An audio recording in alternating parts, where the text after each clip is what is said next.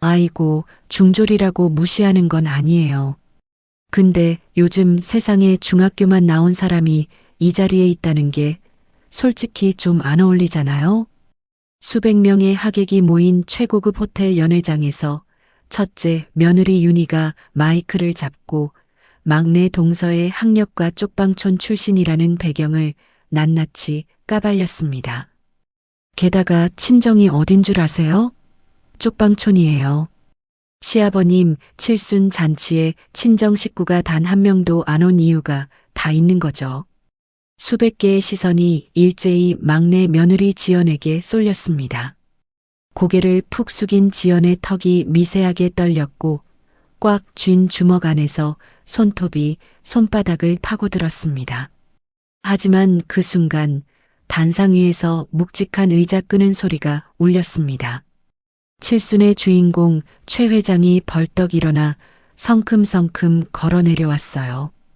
윤희의 손에서 마이크를 거칠게 낚아채더니 바닥에 내동댕이 쳤습니다.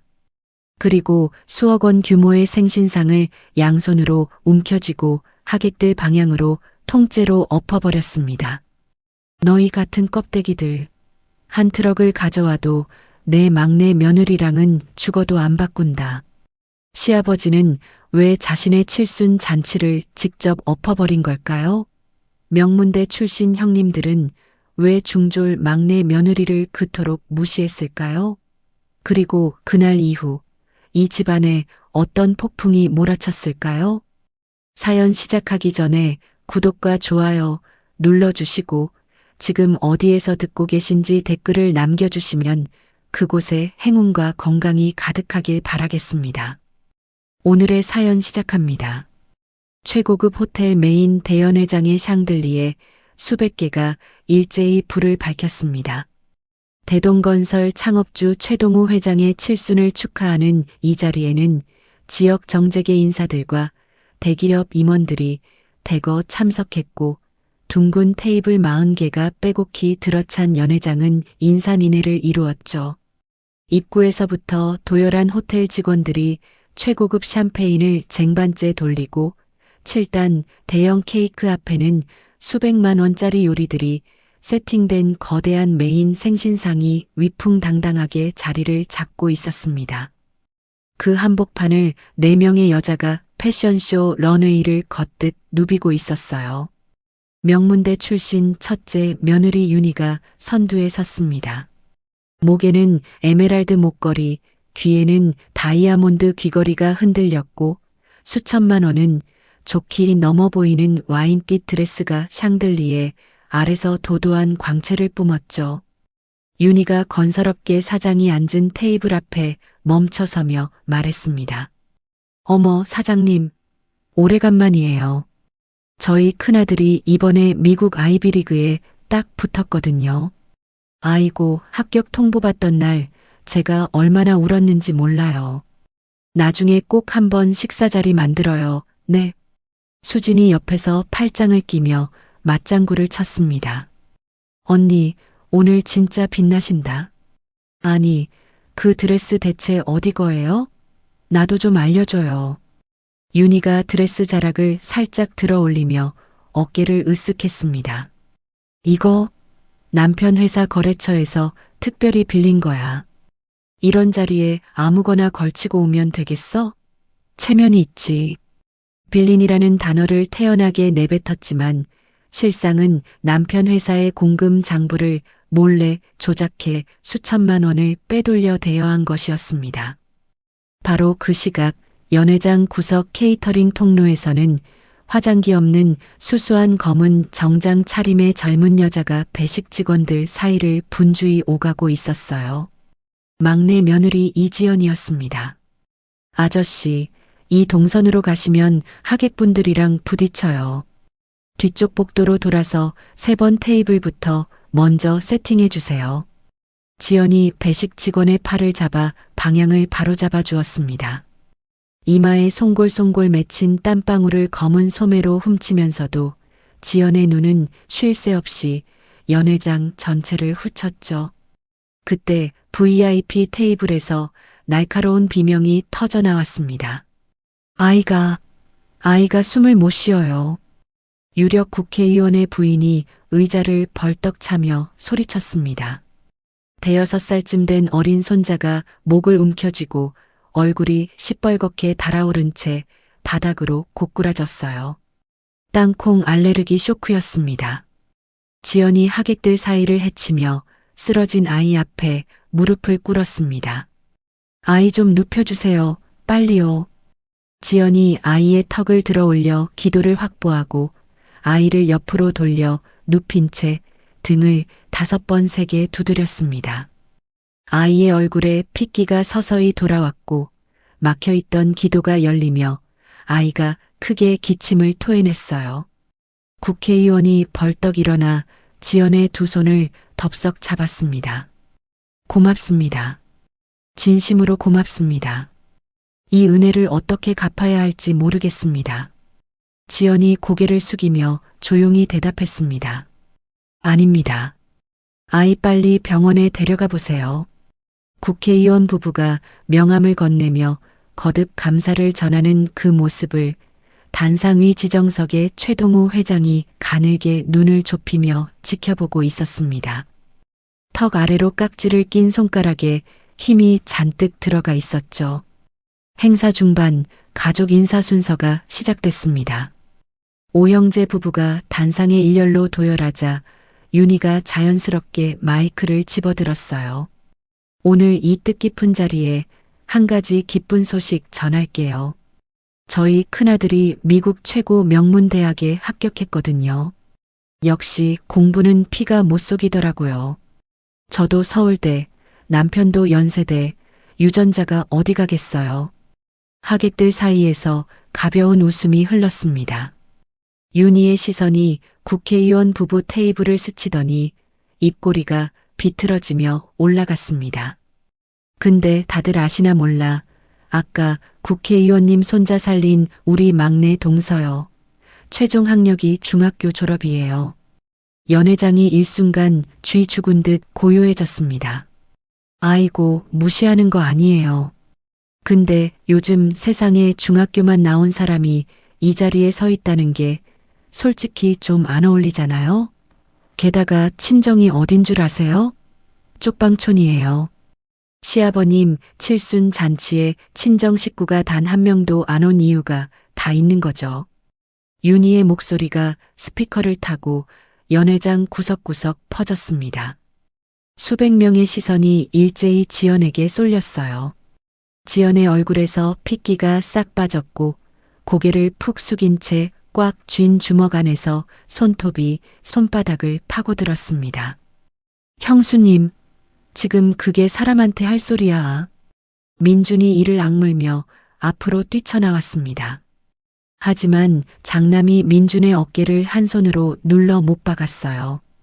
야, 막내, 형수가 사실을 말한 건데 뭘 흥분이야. 사실이 그렇게 아파? 둘째와 셋째가 양쪽에서 민준의 팔을 잡아 뒤로 끌어당겼고 넷째가 콧방귀를 뀌며 코웃음을 쳤습니다. 바로 그 순간이었습니다. 단상 위에서 묵직한 의자 끄는 소리가 울렸습니다. 최동호 회장이 굳은 표정으로 일어섰어요. 연 회장 전체가 숨을 멈췄습니다. 최 회장이 성큼성큼 걸어내려와 윤희의 손에서 마이크를 거칠게 낚아채 바닥에 내동댕이 쳤습니다. 둔탁한 충격음이 스피커를 타고 연 회장을 찢었죠. 최 회장은 곧장 거대한 메인 생신상의 모서리를 양손으로 움켜쥐었습니다. 팔뚝에 굵은 핏줄이 붉어졌어요. 시아버님, 안 돼요. 윤희의 비명은 이미 늦었습니다. 최 회장이 상을 하객들 방향으로 통째로 엎어버렸어요. 크리스털 잔이 산산조각 나며 파편이 사방으로 튀었고 7단 케이크가 바닥에 처참하게 쏟아지며 붉은 카펫 위를 하얀 크림이 뒤덮었습니다. 최 회장의 천둥 같은 고함이 터졌습니다. 너희 같은 껍데기들. 한 트럭을 가져와도 내 막내 며느리랑은 죽어도 안 바꾼다. 최 회장이 윤희를 향해 삿대질하며 소리쳤어요. 제 손으로 남의 아이 목숨을 살리는 며느리가 있는데 남의 돈 빌려다 목에 걸고 허세 떠는 게 그게 학벌이야. 그 보석이 내 거냐? 그 드레스가 내 거야? 다 내 남편 회사 공금으로 빌린 거잖아. 횡령이야, 횡령. 장남의 얼굴이 시체처럼 창백해졌습니다. 아버지, 여기서 이러시면 안 됩니다. 최 회장이 장남의 멱살을 움켜쥐었습니다. 안 되긴 뭐가 안 돼. 내 마누라가 내 며느리를 이 수백 명 앞에서 깔아뭉개는데 내가 가만히 앉아서 박수를 쳐야 되냐? 호텔 경호원들이 달려와 장남 부부의 양팔을 잡았습니다. 윤희가 발버둥을 치며 악을 썼어요. 놓으라고요. 시아버님, 이건 너무하잖아요. 와인빛 드레스 자락이 깨진 유리 파편 위를 질질 끌렸고 에메랄드 목걸이가 바닥에 떨어져 나뒹굴었습니다. 장남 부부가 연회장 밖으로 끌려나가는 동안 수백 명의 하객은 숨소리조차 죽였습니다. 깨진 유리와 으깨진 케이크가 뒤범벅된 바닥 위로 최 회장의 구두 소리만 또각또각 울렸어요. 최 회장이 고개를 숙인 채 떨고 있는 지연에게 다가가 어깨를 두 팔로 감싸 안았습니다. 지연아, 고개 들어. 숙일 거 하나도 없어. 지연의 눈에서 참고 참았던 눈물이 뚝 떨어졌습니다. 최 회장이 지연과 민준의 손을 하나씩 잡아 단상 중앙으로 이끌었어요. 수백 명의 하객들 앞에 검은 정장 차림의 막내 부부만이 단상 한가운데 나란히 섰습니다. 최 회장이 하객들을 향해 낮지만 단단한 목소리로 입을 열었습니다. 오늘 내 칠순날 내가 가장 자랑스러운 건 바로 이 식구입니다. 최 회장의 거친 손이 지연의 어깨를 다독였습니다. 엉망이 된 칠순 잔치로부터 며칠이 지난 제삿날 새벽 4시 본가 주방에 형광등 하나만 켜져 있었습니다. 지연이 홀로 커다란 도마 앞에 서서 수십 인분의 식자재를 다듬고 있었어요. 칼이 물을 두드리는 둔탁한 소리만이 고요한 새벽 공기를 갈랐습니다. 지연이 팔뚝으로 이마에 땀을 훔치며 펄펄 끓는 기름솥 앞으로 몸을 돌렸습니다. 동태전, 육전, 녹두전을 한 장 한 장 뒤집는 지연의 손놀림은 거침이 없었죠. 종갓집 규모의 시조부모 제사라 상에 올릴 음식만 20가지가 넘었습니다.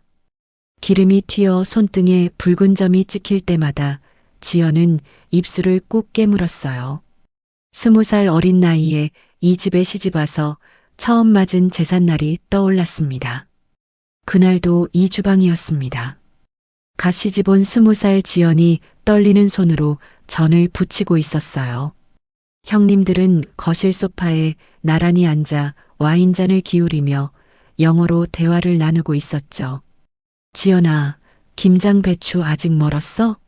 올해 500포기인데 내일까지 다 끝내야 돼. 윤희가 거실에서 소리쳤습니다. 네, 형님. 지금 전 부치고 바로 할게요.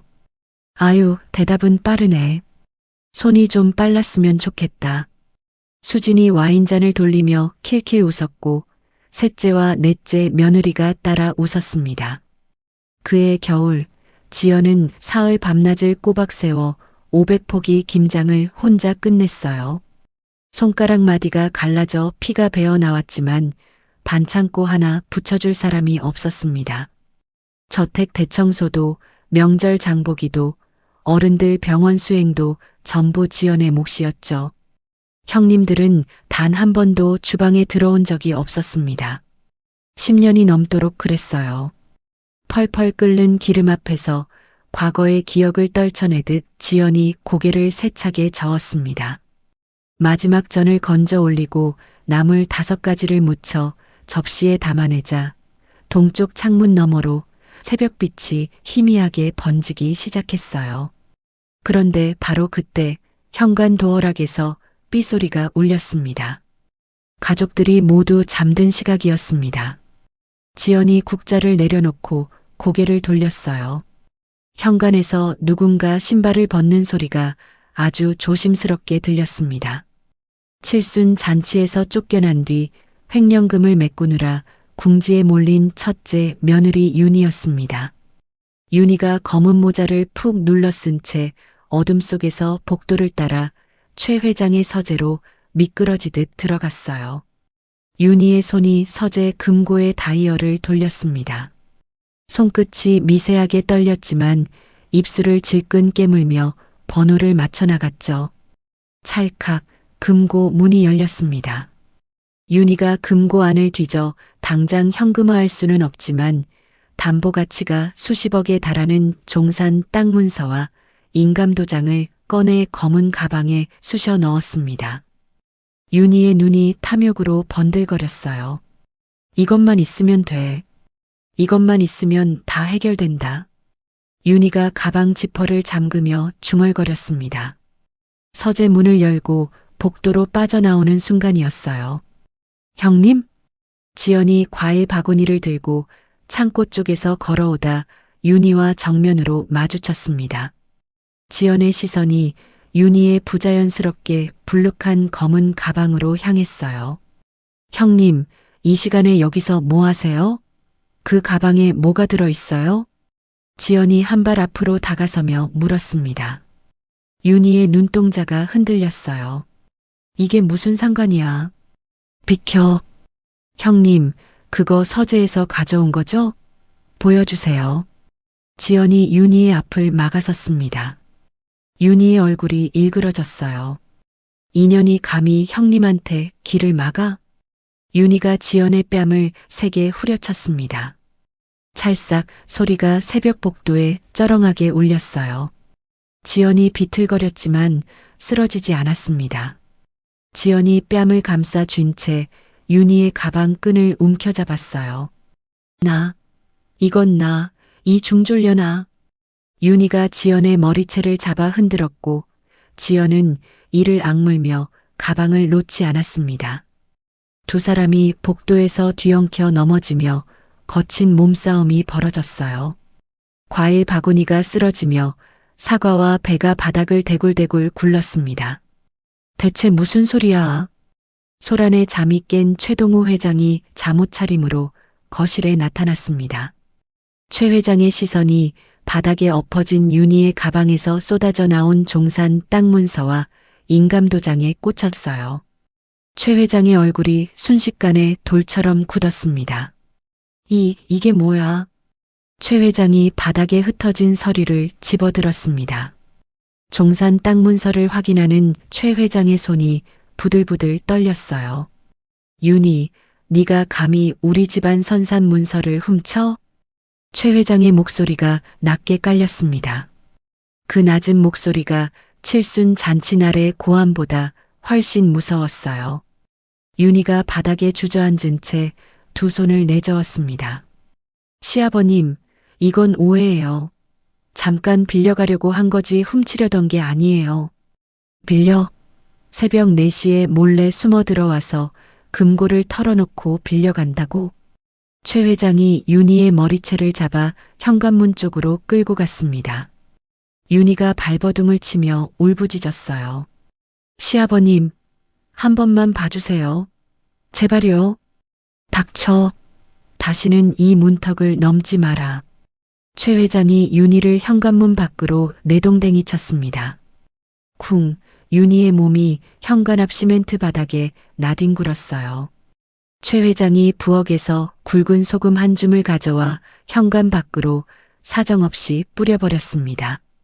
동이 트고 제사 시간이 되자 상황을 모르는 둘째부터 넷째 며느리 부부들이 본가 거실로 속속 도착했습니다.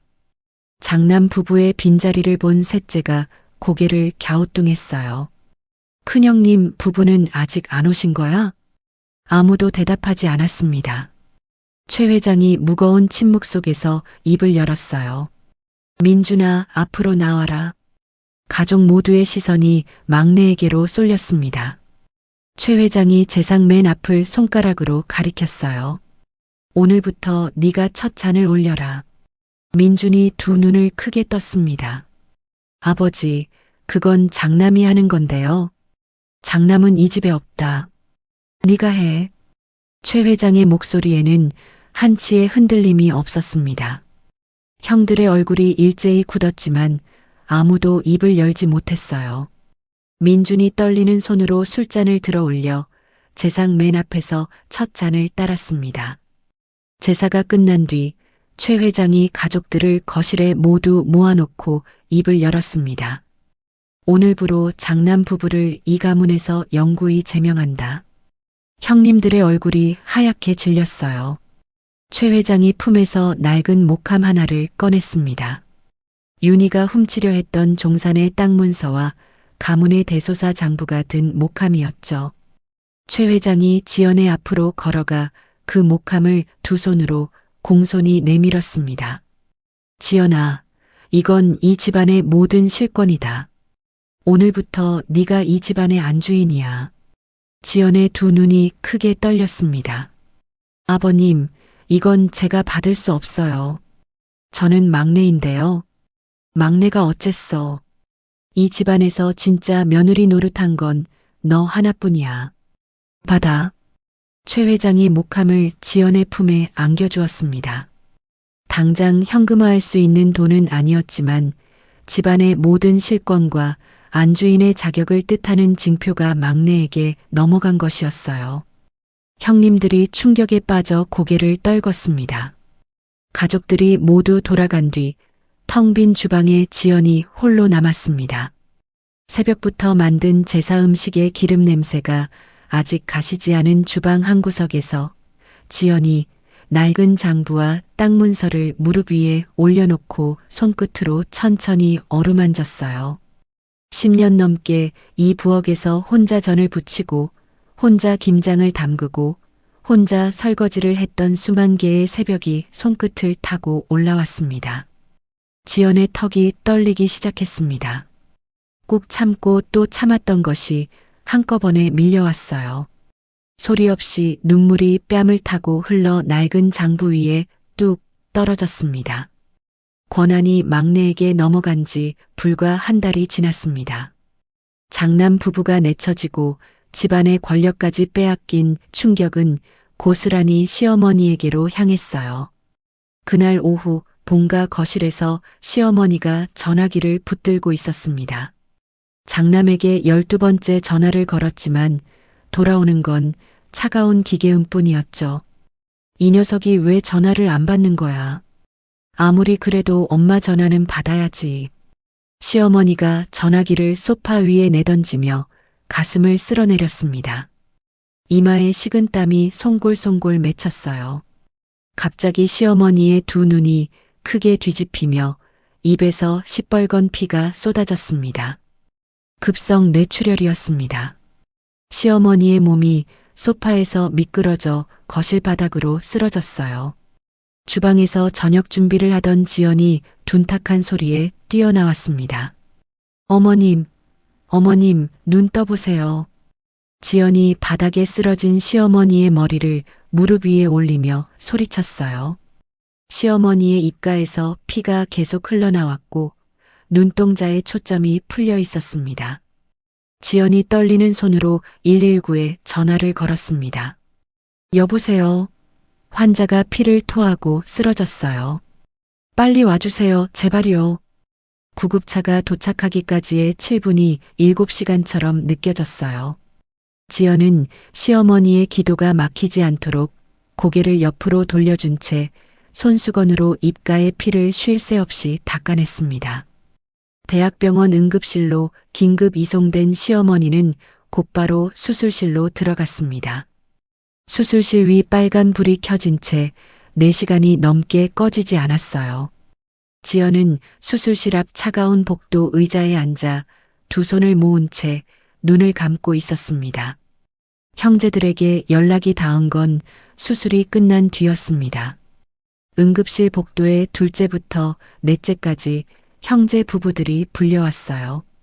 의사가 복도로 나와 가족들 앞에서 입을 열었습니다. 출혈 부위는 잡았지만 오른쪽 전신 마비가 왔습니다. 최소 6개월은 24시간 밀착 간병이 필요합니다. 셋째 며느리가 먼저 손사래를 쳤어요. 아이고, 저는 다음 주부터 남편이랑 해외 출장이라서요. 넷째 며느리가 바로 뒤를 이었습니다. 저도 애들 학원 스케줄이 있어서 도저히 시간이 안 돼요. 둘째 아들이 고개를 푹 숙인 채 아무 말도 하지 못했어요.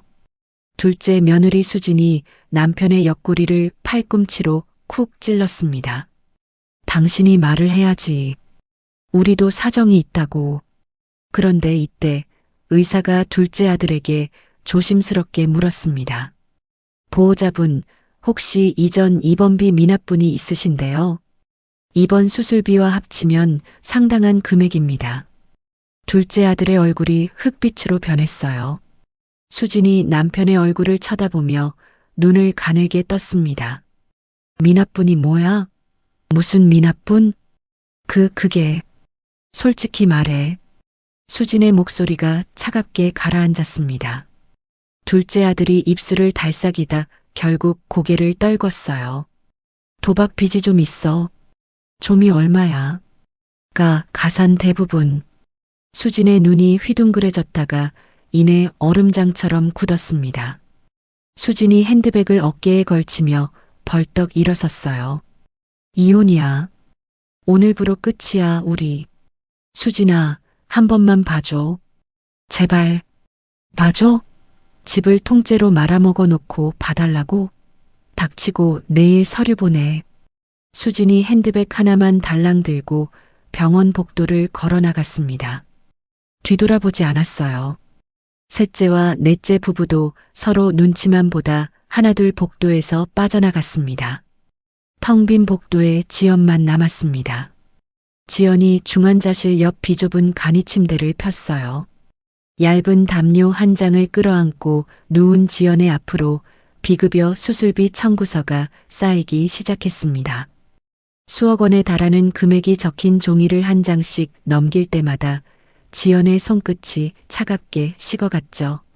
그로부터 며칠이 지난 어느 오후 지연이 병원을 지키고 있던 사이 본가에서 끔찍한 일이 벌어졌습니다. 검은 정장을 입은 사내 대여섯 명이 전기톱을 들고 본가 대문 앞에 나타났어요. 전기톱의 날이 쇠문을 갈아대는 굉음이 골목 전체를 뒤흔들었습니다. 대문이 박살나며 사내들이 거실로 우르르 밀고 들어왔죠. 선두에 선 사내가 검은 가죽 장갑을 낀 손으로 낡은 서류 한 장을 꺼내 들었습니다. 사채업자 독사였어요. 독사가 소파에 앉아있던 최 회장의 면전에 누렇게 바랜 차용증을 들이밀었습니다. 최 회장님, 오래간만이시네. 10년 전에 친구분 연대보증 서신 거 기억나시죠? 원금에 이자 붙어서 지금 수십억입니다. 최 회장의 얼굴이 사색으로 변했어요. 그건 성태가 갚기로 한 거야. 내가 보증만 선 거라고. 보증만 서셨어도 성태 그 양반이 야반도주를 했으니까요. 법적으로 회장님이 다 갚으셔야죠. 독사가 이빨을 드러내며 씩 웃었습니다. 부하들이 금고며 거실의 고가구마다 붉은 압류 딱지를 찰싹찰싹 붙여나갔어요. 붉은 딱지가 벽장, 찬장, 텔레비전, 소파 할 것 없이 온 집안을 도배했습니다. 3일 안에 전액 상환 안 하시면 이 집 경매 넘기고 할아버지 길바닥에 끌어내겠습니다. 독사가 최 회장의 어깨를 탁 두드리며 현관을 나섰어요. 최 회장은 붉은 딱지가 도배된 소파에 풀썩 주저앉았습니다. 두 다리에 힘이 빠져 일어설 수조차 없었죠.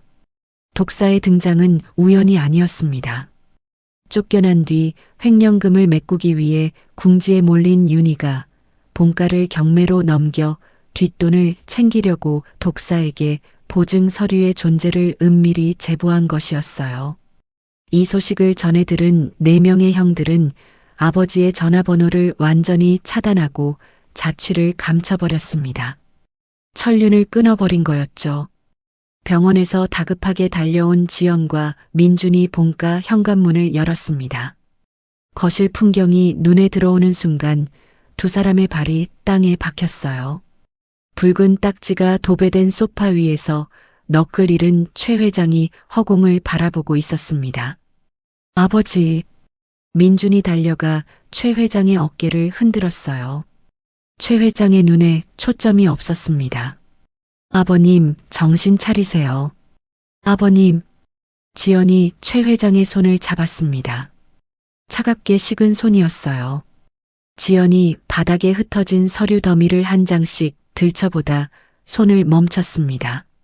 서류 틈에 끼어 있던 작은 메모지 한 장, 거기에 첫째 형님 윤희의 이름과 전화번호가 적혀 있었어요. 지연의 눈이 가늘어지며 턱에 힘이 잔뜩 들어갔습니다. 다음 날 아침이었습니다.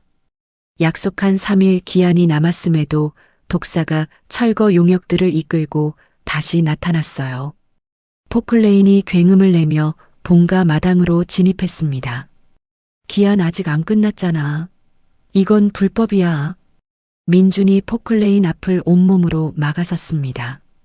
두 팔을 벌리고 포클레인의 철삽 앞에 버티고 선 민준의 다리가 떨렸지만 한 발짝도 물러서지 않았어요. 비켜, 이 새끼야. 용역 하나가 쇠파이프를 휘둘렀습니다. 퍽, 둔탁한 소리와 함께 민준의 이마가 갈라졌어요. 시뻘건 피가 눈을 타고 흘러내렸습니다. 민준이 무릎을 꿇었고 용역 둘이 달려들어 쓰러진 민준의 등을 발로 짓밟았어요. 민준아. 지연이 비명을 질렀습니다. 최 회장을 뒤쪽으로 대피시킨 지연이 민준에게로 뛰어가려 했지만 용역 하나가 지연의 팔을 잡아 뒤로 밀쳐냈어요. 포클레인의 굴착기 삽이 천천히 들어 올려져 본가 현관문을 향했습니다. 엔진 소리가 점점 거세졌어요. 피를 흘리며 바닥에 엎어진 민준의 등 위로 용역들의 발길질이 멈추지 않았고 굴착기 삽이 현관문을 향해 내려오기 직전이었습니다. 굴착기 삽이 현관문을 박살내기 직전 지연이 피 흘리는 민준의 몸 위로 엎어졌습니다. 두 팔로 남편의 머리를 감싸 안은 지연이 고개를 들어 독사를 쏘아보았어요. 흙투성이 얼굴 위로 번진 핏자국 사이 지연의 두 눈에 도끼가 서렸습니다. 독사가 비웃으며 쇠파이프를 치켜들었어요. 의리는 있네. 같이 맞을래? 독사의 팔이 지연의 머리를 향해 내려오려는 찰나였습니다. 귀를 찢는 엔진 굉음과 함께 최고급 리무진 세단 한 대가 마당으로 돌진해 들어왔어요. 리무진이 독사의 무릎 앞 불과 한 뼘 거리에서 급정거했습니다. 타이어가 흙바닥을 긁으며 먼지가 사방으로 피어올랐죠. 리무진 양쪽 문이 동시에 열리더니 검은 양복에 건장한 경호원 6명이 차에서 내려 일렬로 도열했습니다. 용역들의 움직임이 멈췄어요. 뒷좌석 문이 천천히 열렸습니다. 최고급 비단 한복을 입은 백발의 노파가 은장식 지팡이를 짚으며 차에서 내렸어요. 작은 체구였지만 마당 전체를 짓누르는 위압감이 노파의 몸에서 뿜어져 나왔습니다. 독사의 손에서 쇠파이프가 철커덕 떨어졌어요. 사색이 된 독사가 흙바닥에 무릎을 꿇었습니다. 어머니, 왜 여기에? 노파가 아들을 거들떠보지도 않았어요. 투명인간 취급하며 곧장 흙투성이가 된 지연에게로 걸어갔습니다. 노파가 지연의 두 손을 덥석 부여잡았어요. 주름진 눈에서 굵은 눈물이 뚝뚝 떨어졌습니다. 아가, 이게 얼마만이야? 내 은인을 내가 이제야 찾았구나. 지연이 흙이 묻은 얼굴을 들어 노파를 올려다보았습니다. 할머니, 그때 그 할머니세요? 3년 전 겨울, 기록적인 폭설이 쏟아지던 밤이었습니다. 식당 아르바이트를 마치고 귀갓길에 오른 지연이 골목 한쪽에 쓰러져 있는 노파를 발견했어요. 노파의 입술이 시퍼렇게 질려 있었고 숨이 가늘게 끊어지고 있었습니다. 심근경색이었죠. 지연이 노파를 등에 업고 눈길을 띄었습니다. 운동화가 눈에 빠져 벗겨졌지만 멈추지 않았어요. 병원 응급실에 도착한 지연은 수술비가 없는 노파를 위해 자신의 통장에 남아있던 전 재산을 꺼내 수술비를 결제했습니다. 그날 지연의 통장 잔고는 0원이 됐어요. 노파가 수술 후 깨어났을 때 지연은 이미 병원을 떠난 뒤였습니다. 이름도 연락처도 남기지 않았죠. 지역 지하 경제의 절대적인 큰손으로 불리는 노파는 그날부터 3년간 자신의 생명을 구해준 젊은 여자를 찾아 헤맸습니다. 노파가 지연의 흑투성이 손을 꼭 쥔 채 고개를 돌렸어요.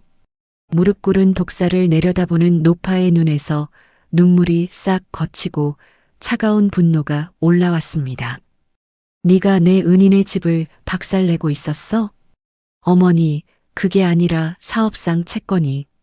독사가 말을 끝내기도 전에 노파가 들고 있던 은장식 지팡이를 휘둘렀어요. 퍽 지팡이가 독사의 안면을 사정없이 후려쳤습니다. 독사의 코에서 피가 터져 나왔어요.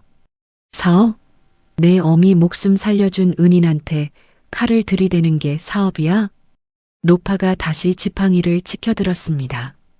독사가 두 손으로 얼굴을 감싸쥐며 흙바닥에 이마를 박았어요. 잘못했습니다, 어머니. 제발. 보증 서류 원본 당장 가져와. 지금 당장. 독사가 벌벌 떨며 부하에게 손짓했어요. 부하가 차에서 서류 봉투를 가져와 노파 앞에 두 손으로 바쳤습니다. 노파가 봉투에서 수십억짜리 차용증 원본을 꺼냈어요. 노파가 호주머니에서 라이터를 꺼내 차용증 모서리에 불을 붙였습니다. 주황빛 불꽃이 종이를 타고 올라갔어요. 수십억 원의 빚이 재가 되어 바람에 흩날렸습니다. 지연이 그 광경을 멍하니 바라보았죠. 자, 이제 불 꺼 다 불었으니 입 열어. 이 집에 너를 보낸 게 누구야? 노파가 독사의 턱을 지팡이로 들어올리며 물었습니다. 장남 부부요. 첫째 며느리 윤이라는 여자가 보증 서류가 있다고 제보했습니다. 독사가 울먹이며 자백했어요. 노파의 입꼬리가 차갑게 내려갔습니다. 노파가 품에서 전화기를 꺼내 어딘가에 전화를 걸었습니다. 나야. 대동건설 장남 부부 회사 있지. 어음 결제 전부 막아. 그리고 그쪽으로 흘러가는 돈줄이란 돈줄은 오늘부로 다 얼려버려. 전화를 끄는 노파가 독사를 다시 내려다보았어요.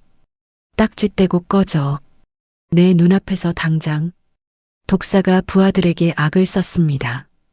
딱지 다 떼. 빨리. 부하들이 기겁하며 집 안으로 뛰어들어가 벽장, 찬장, 소파에 붙어있던 붉은 딱지를 미친 듯이 뜯어냈어요. 용역들은 포클레인을 후진시키며 도망치듯 철수했습니다. 박살난 마당에 다시 쥐죽은 듯한 정적이 내려앉았어요. 노파가 지연의 팔을 부축해 일으켜 세우며 말했습니다. 아가, 나 좀 따라와. 보여줄 게 있어. 노파의 리무진에 오른 지연은 시장 중심부의 3층짜리 낡은 상가 앞에서 내렸습니다. 이 건물은 윤희가 매입하려다 자금 부족으로 실패했던 알짜배기 매물이었어요. 노파가 건물 열쇠를 지연의 손에 쥐어주었습니다. 1층 전체를 줄 테니까 보증금도 없고 월세도 없어. 네가 오랫동안 꿈꿨던 식당, 여기서 마음껏 해봐. 지연의 입술이 파르르 떨렸어요. 할머니, 이건 너무 큰 거예요. 저는 그날 당연한 일을 한 것뿐인데. 당연한 일? 전 재산 털어서 모르는 노인네 수술비 내주는 게 당연한 거야? 세상에 그런 당연한 일 할 수 있는 사람이 몇이나 된다고. 노파가 지연의 두 손을 꽉 쥐며 눈시울을 붉혔습니다. 아가야, 이건 내가 3년 동안 갚고 싶었던 은혜야. 받아줘. 지연의 눈에서 눈물이 쏟아졌어요. 뒤따라온 최 회장이 상가 앞에서 그 모습을 지켜보고 있었습니다. 구박하던 막내 며느리가 베푼 과거의 선행이 집안 전체를 구했다는 사실에 최 회장의 두 무릎이 꺾였어요. 지연아. 최 회장이 지연 앞에서 무릎을 꿇으려 했습니다. 아버님, 이러시면 안 돼요, 안 돼요. 지연이 기겁하며 최 회장의 팔을 잡아 일으켜 세웠어요. 최 회장의 주름진 눈에서 뜨거운 눈물이 흘러내렸습니다. 미안하다, 지연아. 이 집안이 너한테 해준 게 뭐가 있다고. 너는 맨날 받기만 하는구나. 아버님, 그런 말씀 마세요. 저는 이 집 며느리잖아요. 가족이 서로 돕는 건 당연한 거예요. 지연이 최 회장의 거친 손을 두 손으로 감싸 쥐었습니다. 10년 넘게 쌓였던 응어리가 두 사람의 눈물과 함께 씻겨 내려갔어요. 이기적인 내 형제와의 호적을 완전히 정리한 최 회장과 지연, 민준 세 사람은 새롭게 리모델링될 상가 건물 앞에 나란히 섰습니다. 민준이 이마에 붕대를 매만지며 지연의 어깨를 끌어안았어요. 당신이 있어서 이 집안이 아직 서 있는 거야. 지연이 남편의 가슴에 이마를 묻으며 조용히 고개를 끄덕였습니다. 봄바람이 상가 건물의 낡은 간판을 흔들었어요. 시장 큰손 할머니의 도움으로 위기를 넘긴 지 1년이 흘렀습니다. 그 사이 지연은 병원과 본가를 오가며 시어머니의 밀착 간병을 하루도 빠지지 않았어요. 매일 새벽 5시에 일어나 시어머니의 굳은 팔다리를 주무르고 숟가락으로 미음을 한 술 한 술 떠먹이고 밤에는 기저귀를 갈아채우며 잠을 쪼갰습니다. 의사들도 포기했던 기적이 일어났어요. 식물인간 상태였던 시어머니의 오른쪽 마비가 서서히 풀리기 시작했고 어느 날 아침 시어머니가 휠체어 팔걸이를 붙잡더니 스스로 일어선 것이었습니다. 어머님, 서신 거예요? 지연이 세수 대야를 떨어뜨리며 달려왔어요. 시어머니의 두 다리가 후들후들 떨렸지만 쓰러지지 않았습니다. 지연아, 내가 섰어. 내가 일어섰다. 시어머니의 눈에서 눈물이 주르륵 흘러내렸어요. 지연이 시어머니의 허리를 두 팔로 감싸 안으며 함께 울었습니다. 그로부터 2달 뒤 지연과 민주는 상가 1층을 전면 리모델링하여 백반집을 정식 오픈했어요. 간판에는 민준이 직접 매직으로 쓴 글씨가 선명했습니다. 막내네 밥상이라는 4글자였죠. 개업 첫날 시장 상인들이 축하 화분을 들고 하나둘 몰려왔어요. 정육점 사장이 소고기 한 덩이를 들고 들어서며 큰 소리로 외쳤습니다. 야, 오늘 개업이라며. 이거 축하 선물이야. 맛있는 거 해줘. 채소가게 아주머니가 바로 뒤따라 들어오며 배추 한 박스를 쿵 내려놓았어요. 우리 시장에 이렇게 깔끔한 밥집이 생기다니. 아이고 좋아라. 지연이 앞치마를 여미며 주방에서 나와 허리를 깊이 숙였습니다. 감사합니다. 맛있게 해드릴게요. 오늘은 전부 제가 쏩니다. 상인들이 환호성을 질렀어요. 대기업 창업주의 권위를 모두 내려놓은 최 회장이 식당 앞마당에 가니 의자를 놓고 앉아 지나가는 사람들에게 손을 흔들었습니다. 여기요, 여기. 우리 막내 며느리가 하는 식당인데 맛이 끝내줘요. 한번 드셔보세요. 안 먹으면 후회합니다. 민준이 민망한 듯 머리를 긁으며 최 회장에게 다가갔어요. 아버지, 좀 창피하니까 그만하세요. 창피하긴 뭐가 창피해. 내 며느리 자랑하는 게 뭐가 창피하냐. 가서 배달이나 준비해. 최 회장이 손을 내저으며 다시 행인들에게 목청을 높였습니다. 지연이 주방 안에서 그 모습을 보며 피식 웃음을 흘렸어요. 10년 넘게 까다로운 대가족의 제사 음식을 도맡았던 지연의 깊은 손맛은 개업 일주일 만에 시장 상인들의 입맛을 완벽하게 사로잡았습니다. 점심시간이면 식당 앞에 줄이 늘어섰고 저녁에는 빈자리가 없어 돌아가는 손님도 생겼죠. 그러던 어느 추운 저녁이었습니다. 마감 준비를 하던 지연이 쓰레기 봉투를 들고 뒷골목으로 나갔어요. 쓰레기통 옆에 누군가 쪼그리고 앉아 있었습니다. 너덜너덜한 외투에 헝클어진 머리카락, 때가 낀 손으로 버려진 도시락, 뚜껑을 긁고 있었죠. 지연이 한 발 다가서다 멈춰 섰어요. 그 남루한 행색의 여자가 고개를 들었습니다. 수진 형님? 둘째 며느리 수진이었습니다. 이혼당하고 길거리로 나앉은 뒤 한 달 넘게 노숙을 하고 있었던 거예요. 수진의 광대뼈가 튀어나올 만큼 볼이 쑥 들어가 있었고 갈라진 입술 사이로 거친 숨이 새어나왔습니다. 지연아, 나 좀 보지 마. 제발 그냥 가. 수진이 얼굴을 두 손으로 가리며 고개를 돌렸어요. 지연은 아무 말 없이 수진의 팔을 잡아 일으켰습니다. 형님, 안으로 들어가요. 내가 무슨 낯짝으로. 너한테 무슨 짓을 했는데. 형님, 그건 됐으니까 일단 들어가요. 밥부터 먹어요. 지연이 수진을 식당 안가장 따뜻한 자리에 앉혔어요. 주방으로 들어간 지연이 뚝배기에 소고기 국밥을 가득 담아 나왔습니다. 하얀 김이 모락모락 피어오르는 국밥을 수진 앞에 놓았어요. 수진이 숟가락을 집어들었습니다. 손이 심하게 떨렸어요. 국물을 한술 떠서 입에 넣는 순간 수진의 눈에서 눈물이 쏟아졌습니다. 지연아, 미안해. 내가 정말 미안해. 수진이 숟가락을 쥔 채 식탁에 이마를 박으며 오열했어요. 내가 너한테 얼마나 못되게 굴었는데. 부엌에 들어가 본 적도 없으면서 네가 해놓은 음식 맛없다고 타박이나 하고 형수 자격도 없는 년이 어떻게 여기 앉아서 네가 끓인 국밥을 먹냐?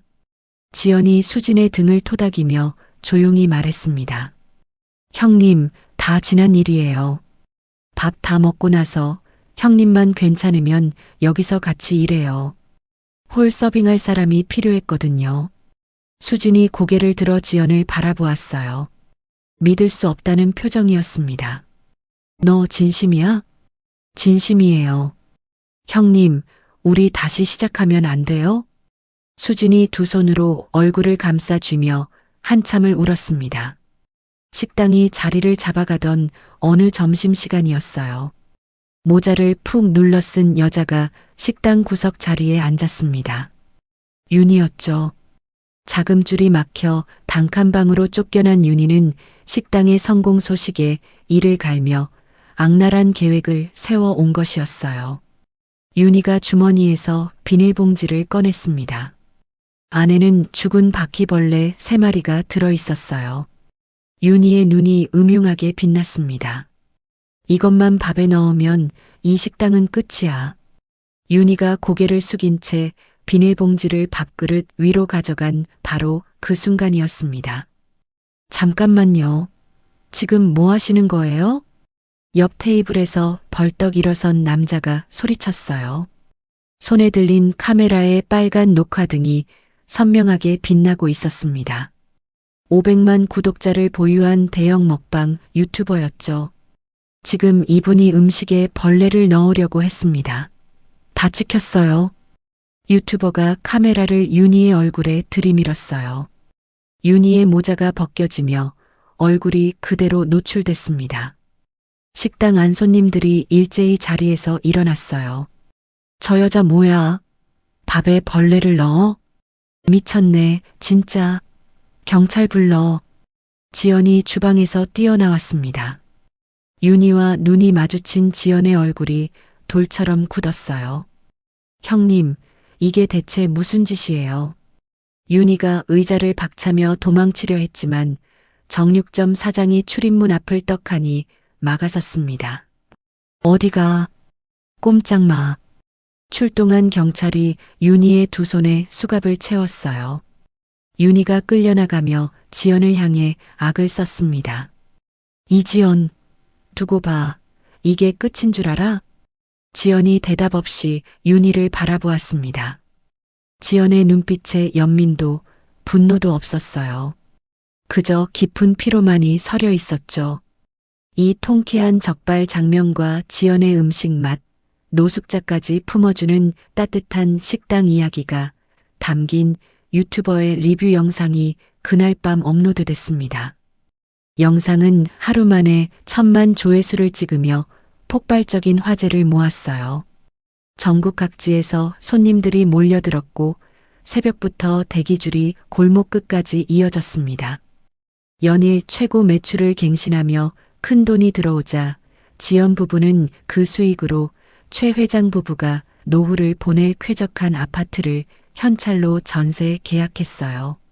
새 아파트 입주 첫날 저녁, 넓고 따뜻한 거실에서 네 식구가 둘러앉았습니다. 최고급 한우가 불판 위에서 지글지글 구워지고 복분자주가 잔에 가득 따라졌어요. 최 회장이 고기 한 점을 집어 지연의 접시에 올려주며 말했습니다. 지연아, 이제 좀 편하게 살아보자. 네가 고생을 너무 많이 했다. 민준이 아내의 잔에 복분자주를 채우며 웃었어요. 당신이 최고야, 진짜. 건강을 회복한 시어머니가 지연의 손을 덥석 잡았습니다. 주름지고 거칠어진 지연의 두 손을 한참 들여다보던 시어머니의 눈에 눈물이 고였어요. 지연아, 내가 미안하다. 그동안 내 손이 이렇게 될 때까지 나는 뭘 했는지 모르겠다. 다 내 잘못이야. 어머님, 그런 말씀 마세요. 어머님이 건강하게 일어나신 것만으로도 저는 충분해요. 시어머니가 품에서 작은 비단 주머니를 꺼냈습니다. 주머니를 열자 맑은 초록빛 비치 옥반지가 모습을 드러냈어요. 종가 맏며느리에게만 대대로 전해져 내려오는 가보였죠. 시어머니가 지연의 왼손을 들어 올려 약지의 비치 옥반지를 직접 끼워 주었습니다. 이건 우리 집안에 진짜 안주인만 끼는 거야. 이제 너야, 지연아. 지연의 눈에서 뜨거운 눈물이 흘러내렸어요. 불판 위 고기가 타는 줄도 모르고 네 식구는 서로의 손을 꽉 잡은 채 한참을 울었습니다. 모든 것이 안정되고 식당이 승승장구하던 어느 금요일 저녁, 바깥에는 장대비가 쏟아지고 있었습니다. 민준이 주방 뒷문으로 들어서며 앞치마를 벗었어요. 여보, 오늘 직원들 다 일찍 보내. 다들 피곤해 죽겠다는 얼굴이야. 지연이 국솥을 저으며 고개를 돌렸습니다. 당신은? 내일 배달은 어쩔 건데? 건설 현장 100인분 도시락 내가 직접 갖다 줄게. 비가 오니까 다들 보내고 나 혼자 가면 돼. 이 비에 혼자 가게? 위험하니까 내일 아침에 가. 민준이 지연의 이마에 묻은 땀을 엄지로 훔치며 웃었어요. 새벽 6시까지 가져다 달라잖아. 미리 갖다 놓고 와야 마음이 편하지. 걱정 마, 금방 다녀올게. 민준이 도시락 상자들을 트럭에 싣고 빗속으로 출발했습니다. 지연이 주방 창문 너머로 트럭의 빨간 후미등이 빗줄기 사이로 멀어지는 것을 바라보았어요. 가슴 한구석이 이상하게 서늘해지는 느낌이 스쳤지만 지연은 고개를 저으며 다시 마감 정리에 들어갔습니다. 한적한 교차로에서 정상 신호를 받고 주행하던 민준의 트럭이 교차로 한가운데를 지나던 순간이었어요. 시속 150km로 불법 도심 레이싱을 즐기며 빨간 신호를 무시한 검은색 대형 SUV가 트럭 운전석을 정면으로 들이받았습니다. 굉음과 함께 트럭이 세 바퀴를 굴렀어요. 도시락 상자들이 빗속으로 쏟아져 나뒹굴었고 구겨진 운전석 안에서 민준의 의식이 꺼졌습니다. 콧노래를 부르며 식당 마감을 하던 지연의 전화기가 울렸어요. 보호자 이지연 씨 되십니까? 대학병원 응급실입니다. 남편분이 교통사고로 실려오셨습니다. 지금 바로 와주셔야 합니다. 지연의 손에서 국자가 바닥으로 떨어졌습니다. 뭐라 대답했는지도 기억나지 않았어요. 지연이 앞치마를 벗지도 않은 채 빗속으로 뛰쳐나갔습니다. 응급실에 도착한 지연의 눈앞에 종이장처럼 구겨진 트럭 사진이 보였어요. 절단기로 겨우 구출된 민주는 두개골이 깨지고 장기 여러 곳이 터져 수혈 팩 수십 개를 단 채 곧바로 수술실로 들어갔습니다. 수술실 위 빨간 불이 켜졌어요. 지연이 수술실 앞 복도 의자에 주저앉았습니다. 비에 젖은 머리카락이 이마에 달라붙었고 앞치마에서 된장국 냄새가 났어요. 지연의 두 손이 무릎 위에서 사시나무처럼 떨렸습니다. 6시간 뒤 수술실 문이 열렸어요. 의사가 마스크를 내리며 나왔습니다. 출혈은 잡았지만 뇌 손상이 심합니다. 현재 뇌사 상태이고 깨어날 가능성은 매우 낮습니다. 지연의 입에서 소리가 나오지 않았어요. 복도 벽에 등을 기댄 채 천천히 바닥으로 미끄러져 내렸습니다. 그런데 이때 가해자의 신원이 밝혀졌습니다. 만취 상태로 운전한 가해자는 연회장에 참석했던 현직 유력 3선 국회의원의 아들이었어요. 국회의원 측은 즉각 대형 로펌 변호사 군단을 선임하며 사고 은폐에 착수했습니다. 주변 상가들의 CCTV가 하나둘 사라지기 시작했어요. 국회의원의 보좌관이 교차로 인근 가게들을 돌며 현금이 든 봉투를 건넸죠. 그날 밤에는 아무것도 못 보셨죠? 여기 성의입니다. 목격자들이 입을 다물었습니다. 국회의원 측은 오히려 민준이 무리하게 꼬리물기를 하여 사고를 유발했다는 허위 진술서를 만들어냈어요. 지연이 합의를 거부하며 항의하자 국회의원은 국세청 인맥을 동원했습니다.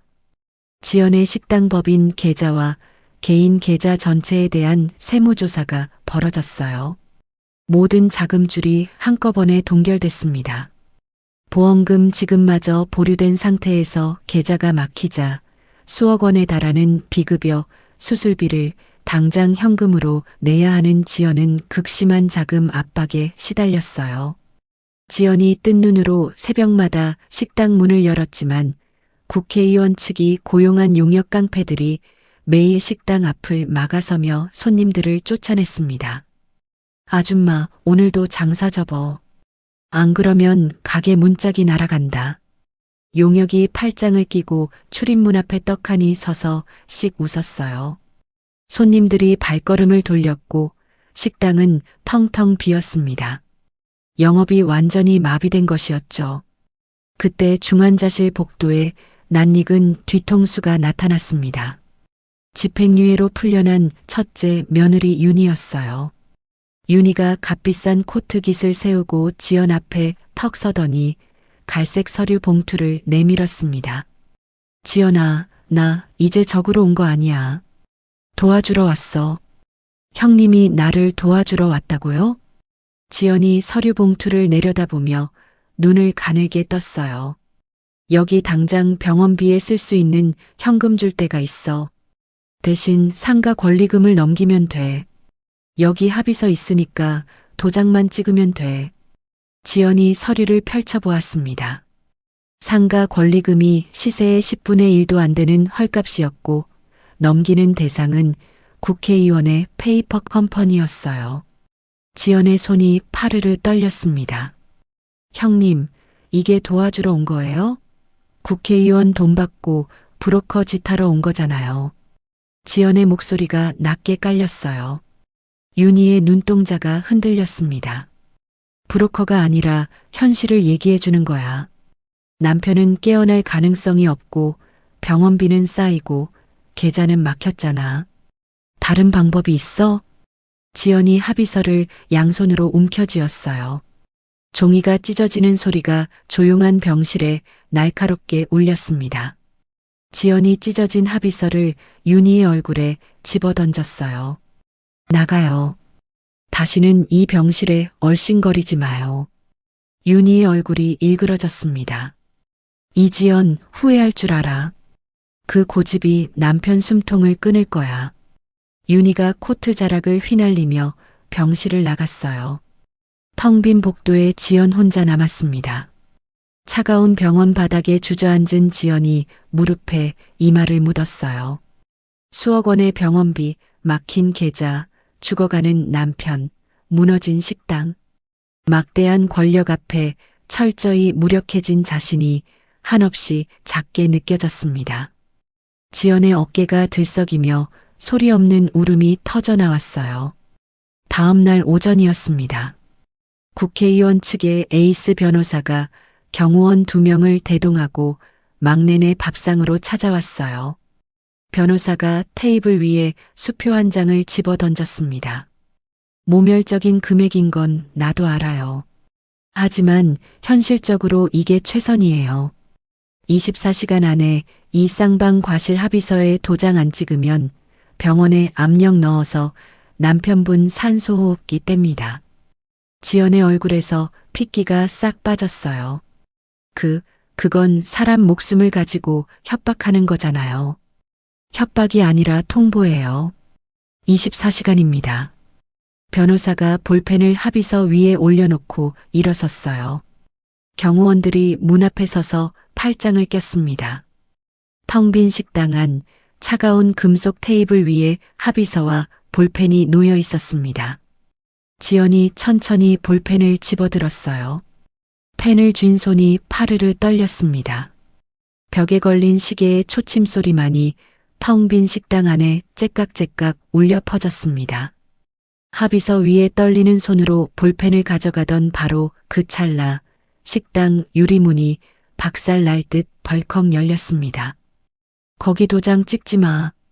정육점 사장의 우렁찬 목소리가 식당 안을 가득 채웠어요. 정육점 사장을 필두로 채소가게 아주머니, 생선가게 사장, 떡집 아주머니까지 수십 명의 시장 상인들이 식당 안으로 우르르 밀고 들어왔습니다. 경호원 2명이 팔을 벌려 막아서려 했지만 정육점 사장이 떡 벌어진 어깨로 경호원을 밀쳐냈어요. 비켜, 이 양반아. 상인들이 변호사를 빙 둘러쌌습니다. 변호사가 의자에서 벌떡 일어서며 뒷걸음질 쳤어요. 뭐 하는 사람들이야. 여긴 관계자 외 출입 금지입니다. 채소가게 아주머니가 품에 안고 있던 비닐봉지를 변호사의 면상을 향해 집어 던졌습니다. 봉지가 터지며 10,000원짜리, 50,000원짜리 지폐 다발이 테이블 위로 쏟아졌어요. 관계자가 바로 우리야, 이 사람아. 민준이 수술비는 우리가 전부 현찰로 낼 테니까 그 더러운 합의서 집어치워. 정육점 사장이 삿대질하며 소리쳤습니다. 뒤따라 들어온 상인들이 저마다 비닐봉지, 종이봉투, 과자 상자에 담아온 현금 뭉치를 변호사 앞에 거침없이 쏟아부었어요. 이거 우리 생선가게 한 달 매출이야. 가져가. 떡집 비상금까지 다 긁어왔어. 민준이는 우리 시장 식구야. 지폐 다발이 테이블 위에 산더미처럼 쌓였습니다. 지연의 눈에서 눈물이 왈칵 쏟아졌어요. 입술을 꽉 깨물었지만 터져나오는 울음을 막을 수가 없었습니다. 아주머니, 사장님들, 이러시면 안 돼요. 이건 너무 큰 돈이에요. 닥쳐, 지연아. 네가 우리 시장에 와서 밥 한 그릇에 정성을 얼마나 담았는데. 이건 그 밥값이야. 채소가게 아주머니가 지연의 어깨를 붙잡으며 소리쳤어요. 변호사의 얼굴이 불그락푸르락 변했습니다. 시장 상인들이 돈 좀 모아 온다고 달라질 거 없어요. 국세청 조사가 끝나기 전에는 계좌도 못 쓰고 식당 영업도 못 합니다. 현실을 보세요. 변호사가 코웃음을 치며 양복 소매를 매만졌어요. 바로 그때였습니다. 주방에서 고무장갑을 벗어 던지는 소리가 났어요. 설거지를 하던 둘째 며느리 수진이 날카로운 눈빛으로 주방 문을 열고 걸어 나왔습니다. 수진의 손에 검은색 USB 하나가 들려 있었어요. 수진이 변호사의 맞은편 의자에 털썩 앉으며 USB를 테이블 위에 탁 내려놓았습니다. 오래간만이네요, 김 변호사님. 변호사의 표정이 굳었어요. 당신이 왜 여기서 나와? 박수진? 나를 알아보시네요. 그럼 얘기가 빠르겠다. 수진이 테이블 위 노트북을 열고 USB를 꽂았습니다. 사고 당일 비 오던 밤 교차로 반대편 골목에 시장 배달 오토바이가 정차해 있었어요. 그 라이더의 블랙박스에 뭐가 찍혀 있는지 궁금하지 않으세요? 수진이 재생 버튼을 눌렀어요. 고화질 4K 영상이 화면을 채웠습니다. 영상 안에는 빨간 신호등 아래서 시속 150km로 질주하는 검은색 SUV가 선명하게 잡혀 있었어요. SUV가 민준의 트럭을 정면으로 들이받는 장면, 그리고 사고 직후 조수석에서 내린 남자가 허검지겁 운전석으로 달려가 기절한 운전자와 자리를 바꾸려는 장면까지 고스란히 담겨 있었습니다. 변호사의 얼굴이 하얗게 질렸어요. 이건 어디서 구한 겁니까? 수진이 팔짱을 끼며 입꼬리를 올렸습니다. 시장 상인들 네트워크가 얼마나 촘촘한지 몰랐죠? 배달 라이더 찾는데 사흘 걸렸어요. 원본이에요, 원본. 김 변호사님이 아무리 CCTV를 지워도 이건 못 지웠네. 변호사가 벌떡 일어나 노트북을 향해 손을 뻗었어요. 그거 내놔. 당장 내놔. 변호사가 노트북을 부수려고 달려드는 순간 정육점 사장이 변호사의 양복깃을 움켜쥐고 바닥에 내동댕이 쳤습니다. 어디서 날뛰어, 이 양반이. 상인 셋이 달려들어 변호사를 바닥에 완벽하게 눌러버렸어요. 경호원들이 뛰어들려 했지만 생선가게 사장과 떡집 아저씨가 앞을 가로막으며 한 발짝도 접근하지 못하게 했습니다. 수진이 자리에서 일어나 변호사를 내려다보며 말했습니다. 김 변호사님, 한 가지 더 알려드릴게요. 수진이 주머니에서 전화기를 꺼내 화면을 변호사 눈앞에 들이밀었어요. 이 원본 영상, 지금 이 순간 대한민국 모든 지상파 방송국 메인 뉴스 데스크에 전송 완료됐습니다. 오늘 저녁 8시 뉴스 첫 꼭지예요. 변호사의 입이 벌어진 채 다치지 않았어요. 바닥에 눌린 채 변호사의 얼굴이 시체처럼 창백하게 변했습니다. 그건 증거인멸을. 증거인멸이요? 지금 바닥에 깔려서 할 소리가 그거예요? 목격자 매수하고 CCTV 폐기하고 운전석 바꿔 앉은 건 증거인멸이 아니고. 수진의 목소리가 차갑게 내리꽂혔어요. 수진이 지연에게로 돌아섰습니다. 지연아, 이제 괜찮아. 내가 다 해놨으니까. 지연이 입술을 깨문 채 고개를 끄덕였어요. 두 눈에서 눈물이 멈추지 않았습니다. 그날 저녁 8시 블랙박스 원본 영상이 전국 뉴스 첫 꼭지로 대대적으로 보도됐습니다. 신호 위반, 만취 질주, 운전석 교체 조작 장면이 전 국민의 안방에 적나라하게 공개됐어요. 분노한 여론이 들끓었고 국회의원 당사 앞에는 수만 명의 시위대가 운집했습니다. 맹렬한 압박을 견디지 못한 국회의원이 다음 날 아침 대국민 사과와 함께 의원직을 사퇴했어요. 동결됐던 지연의 계좌가 일제히 풀렸고 국회의원의 아들은 구속 수감됐습니다. 지연은 수진의 치밀한 조력으로 천문학적인 금액의 손해배상금을 받아냈어요. 브로커 짓을 하던 윤희마저 증거인멸 교사 혐의로 다시 구속됐습니다. 사태가 완전히 뒤집히자 과거 지연을 무시하던 셋째와 넷째 형님 부부가 병원 로비로 달려왔어요. 네 사람이 지연 앞에 무릎을 꿇었습니다. 지연아, 제발 한 번만 용서해줘. 우리가 잘못했어. 셋째 형님이 바닥에 이마를 박으며 울었어요. 넷째 형님이 지연의 바짓단을 붙잡으며 매달렸습니다. 지연아, 살려줘. 제발. 최 회장이 뒤에서 지켜보다 무거운 입을 열었습니다. 호적에서 파지는 않겠다. 대신 앞으로 지연이 밑에서 일해. 거역하면 그때는 진짜 끝이야. 셋째와 넷째 부부가 연거푸 고개를 조아렸어요. 밀린 병원비를 전액 현금으로 완납한 지연이 가벼운 발걸음으로 중환자실에 들어갔습니다. 잠든 민준의 거친 손을 두 손으로 감싸 쥐었어요. 여보, 나왔어. 다 끝났어. 이제 당신만 일어나면 돼. 지연이 민준의 손등에 이마를 대고 속삭였습니다. 바로 그 순간이었어요. 죽은 듯 미동도 없던 민준의 손가락이 미세하게 꿈틀거렸습니다. 지연이 숨을 멈추며 고개를 들었어요. 굳게 닫혀있던 민준의 눈꺼풀이 가느다란 틈을 만들며 서서히 올라갔습니다. 여보. 지연의 목소리가 떨렸어요. 민준의 초점 없는 눈동자가 천천히 지연의 얼굴을 찾아 움직였습니다.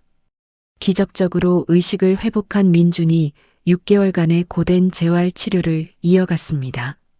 매일 아침 지연이 민준의 팔을 붙잡고 병원 복도를 한 발 한 발 걸었어요. 민준이 다리에 힘이 풀려 비틀거릴 때마다 지연이 허리를 받쳐 일으켜 세웠죠. 화창한 봄날이었습니다.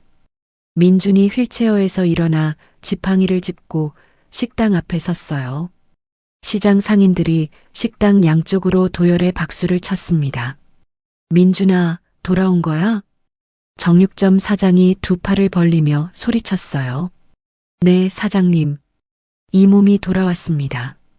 민준이 활짝 웃으며 식당 문을 열고 당당히 들어섰습니다. 지연이 주방에서 앞치마를 두른 채 뛰어나왔어요.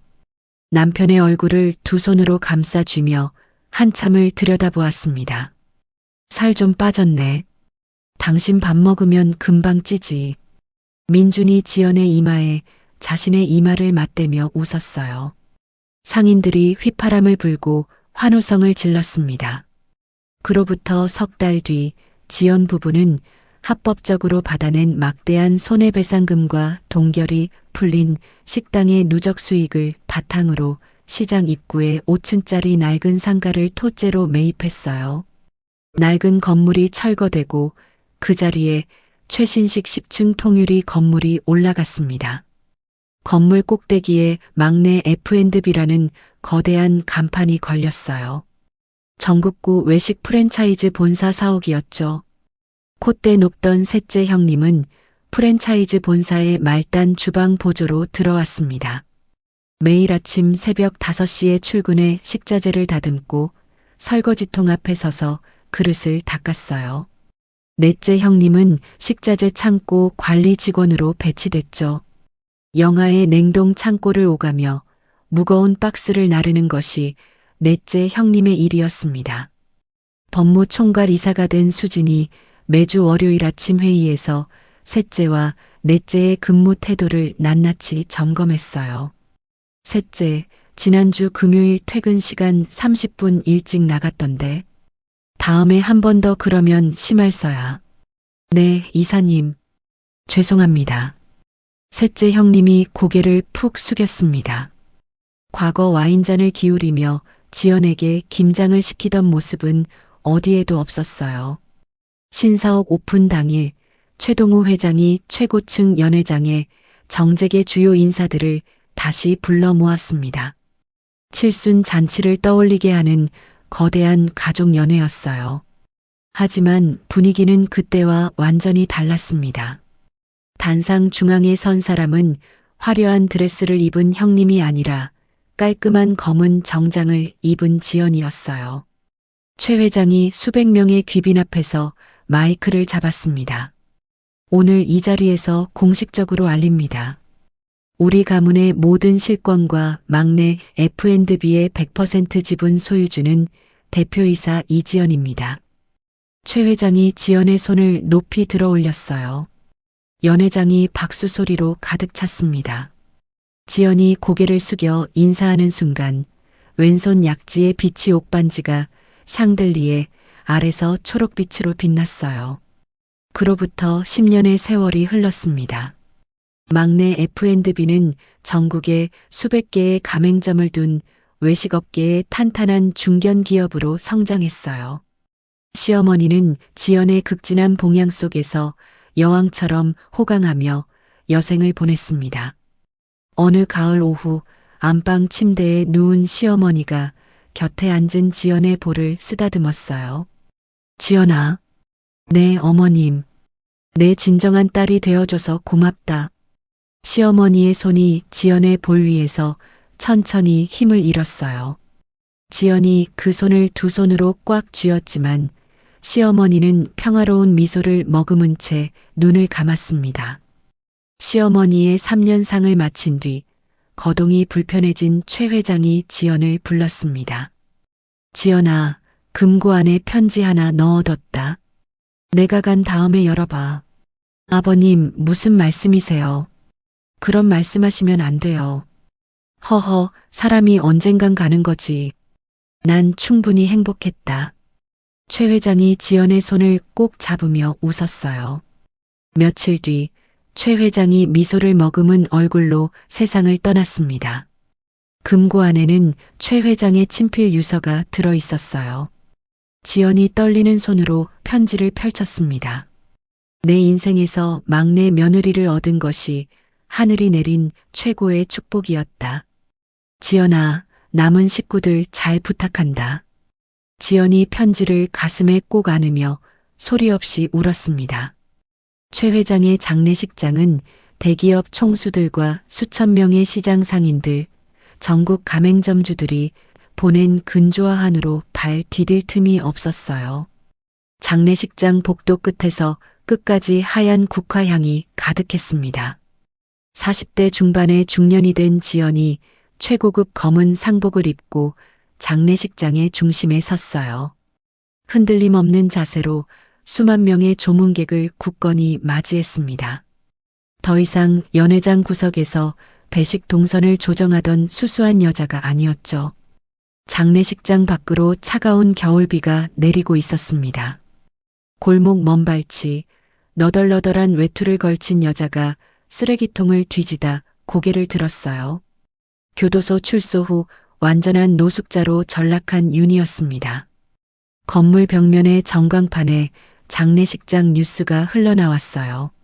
화면 속에서 수만 명의 조문객 앞에 당당히 선 지연의 모습이 비쳤습니다. 윤희의 두 다리에서 힘이 빠졌어요. 자신이 오만함으로 걷어차 버린 거대한 영광과 지금 쓰레기통을 뒤지는 자신의 꼴이 겹쳐졌습니다. 윤희가 젖은 바닥에 주저앉으며 이를 악물었지만 입 사이로 짐승 같은 울음이 새어나왔어요. 겨울비가 윤희의 등을 적시는 동안 윤희의 몸이 천천히 어둠 속으로 웅크러들었습니다. 맑은 봄 아침이었습니다. 시부모의 웅장한 가족 묘역 앞에 네 사람이 나란히 섰어요. 반듯하게 자란 두 아이와 건강을 되찾은 민준, 그리고 지연이었습니다. 지연이 묘비 앞에 무릎을 꿇고 비석을 손끝으로 천천히 어루만졌어요. 왼손 약지의 비치 옥반지가 봄 햇살을 받아 맑은 초록빛을 머금었습니다. 아버님, 어머님, 잘 지내고 계시죠? 저 약속 지키고 있어요. 식구들 잘 챙기고 있으니까 걱정 마세요. 민준이 지연의 어깨를 감싸 안았어요. 두 아이가 부모의 양옆에 바짝 붙어 섰습니다. 봄바람이 묘역의 잔디를 부드럽게 흔들었어요. 네 식구의 얼굴 위로 세상에서 가장 평화롭고 환한 웃음이 번졌습니다. 오늘 이야기의 주인공 지연은 중학교 졸업이라는 학력과 가난한 집안 배경 때문에 10년 넘게 형님들의 멸시를 견뎌야 했습니다. 명절마다 혼자 수백 포기 김장을 담그고 새벽마다 홀로 제사 음식을 준비하면서도 단 한 번의 불평 없이 묵묵히 자리를 지켰어요. 세상은 가끔 학벌과 겉모습으로 사람의 가치를 매기려 합니다. 하지만 지연은 보여주었습니다.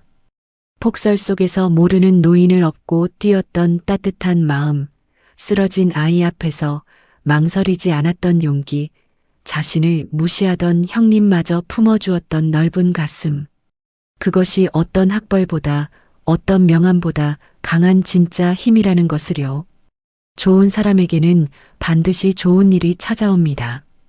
당장 오늘은 아무도 알아주지 않더라도 내가 베푼 따뜻한 한마디와 진심 어린 손길은 절대 사라지지 않습니다. 언젠가 반드시 나를 살리는 빛이 되어 돌아온다는 것을 오늘 이야기가 보여주었습니다. 여러분도 혹시 지금 누군가에게 무시당하고 있거나 힘든 시간을 보내고 계신가요? 포기하지 마세요. 지연이 그랬던 것처럼 묵묵히 자기 자리를 지키는 사람이 결국 가장 높은 자리에 서게 됩니다. 오늘 이야기가 마음에 드셨다면 좋아요와 구독 부탁드립니다. 댓글로 여러분의 이야기도 들려주세요. 항상 건강하시고 오늘 하루도 따뜻한 일만 가득하시길 기원하겠습니다. 감사합니다.